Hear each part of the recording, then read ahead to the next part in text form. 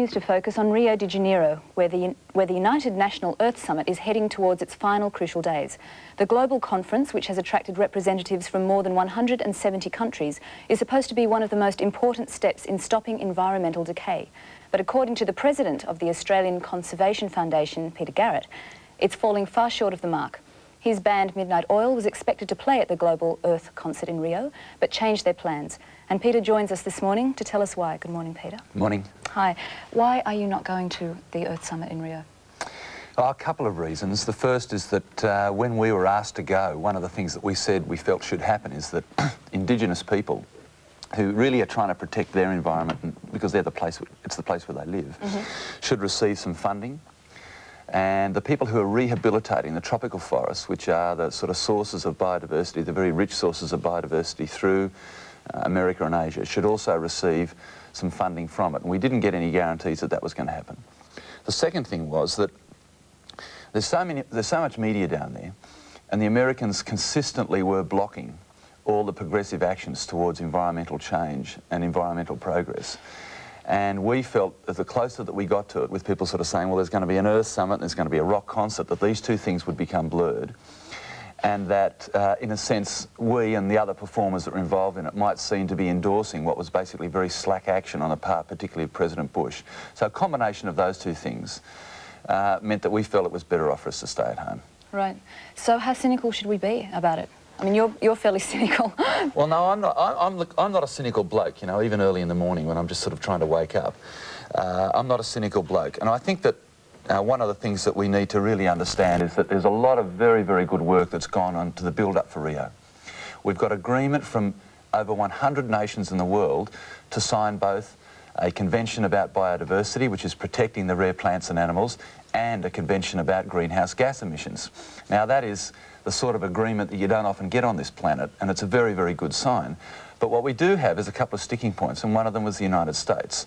And really, when we talk about it being the United States, the sticking point is really the powerful industrial lobbies of the United States who can get in President Bush's ear. So I'm cynical about the leader of one of the big polluting countries coming on board and actually getting something done. But the sort of work that's gone on before Rio is the sort of work that will stand us all in good stead. Well, where does Australia stand in all of this? Well, we have taken a reasonably strong profile in both the Greenhouse Convention Treaty and also biodiversity. I think that we would be a hypocritical country if we went across and signed the biodiversity treaty, as Mrs. Kelly has just done, and came back here and didn't have a national biodiversity strategy. And that's really the challenge that this government now faces, is to put those biodiversity principles into place here in Australia. Most Aussies don't realise that we are one of the few developed countries in the world that's been identified by the UN as having mega diverse areas of multiplicity of plant and animal species. So we've got an enormous amount of biological wealth in the country, and we expect the government to protect that. So Australia has been a reasonably key player. I think the thing about Agenda 21 and what's gone on at the Earth Summit is simply this. The Earth's country have had an opportunity to do something quite historic and quite important and quite significant. To do that is going to require political will, moral pressure, popular pressure from us, the people, and also some money. And the real key question in Rio is, where does the money come from? And if you consider that the United States is spending more on its military budget today, as you and I have a yarn, than it was a couple of years ago when Russia was still a threat, you recognise that the money is there. The question is, where is it going to be spent? Are there political trade-offs? There are. The basic political trade-off is that if we expect people in less developed countries and poorer countries to forego exploiting whatever natural resources they have, but particularly forest resources immediately, which they need to do to feed themselves, to pay back the debts they owe to the World Bank, etc., etc. If we expect them to stop doing that, then we have to provide them with the means for development. It's not fair in a world of ours to have 80% of the people in debt and having to take out their own forests immediately, and us not providing them with some financial aid. Absolutely. And also some technology aid. And it's not the kind of issue that's going to go away.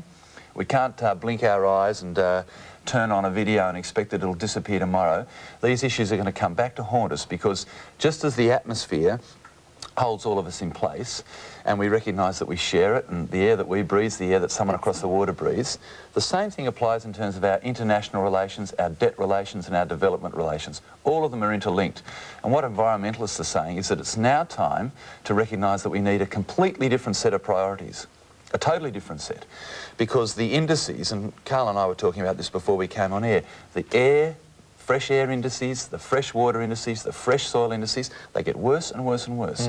And these people have got to do something about it, and they've got to do something about it fast. Yeah. Peter, on the financial front, on one hand, the so-called developed countries are giving aid to the poor countries. On the other hand, the poor countries are giving more money back to the wealthy countries because of the interest on their debt. What sort of hypocrisy are we going on when we give a little bit on one hand and pull back heaps on the other hand? We're kidding ourselves. Absolutely, and I think what you're going to see and what we're seeing today in Rio is the fact that the third world countries are saying, well, hang on a minute, you want us to do all these things. 10 years ago, you were providing us with about $10 billion worth of aid. Now, 10 years later, as the 90s start, we're actually providing you with about $50 billion in debt repayment. And I mean, I think that's the other thing about President Bush is that, you know, if you look at his political background, his involvement in association with the World Bank, his involvement with the CIA, his involvement as a big Texas oil man, you know, he can pretend that he's an environmentalist, but the only way that he is going to sign anything like a treaty which makes sense is if everybody in this world who has an interest in the future presses him like hell. Well, let's hope that something positive really comes out of it, and thank you very much for joining us this morning, Peter. Pleasure. After the break, we'll be sitting down for breakfast with the biggest names in rugby union.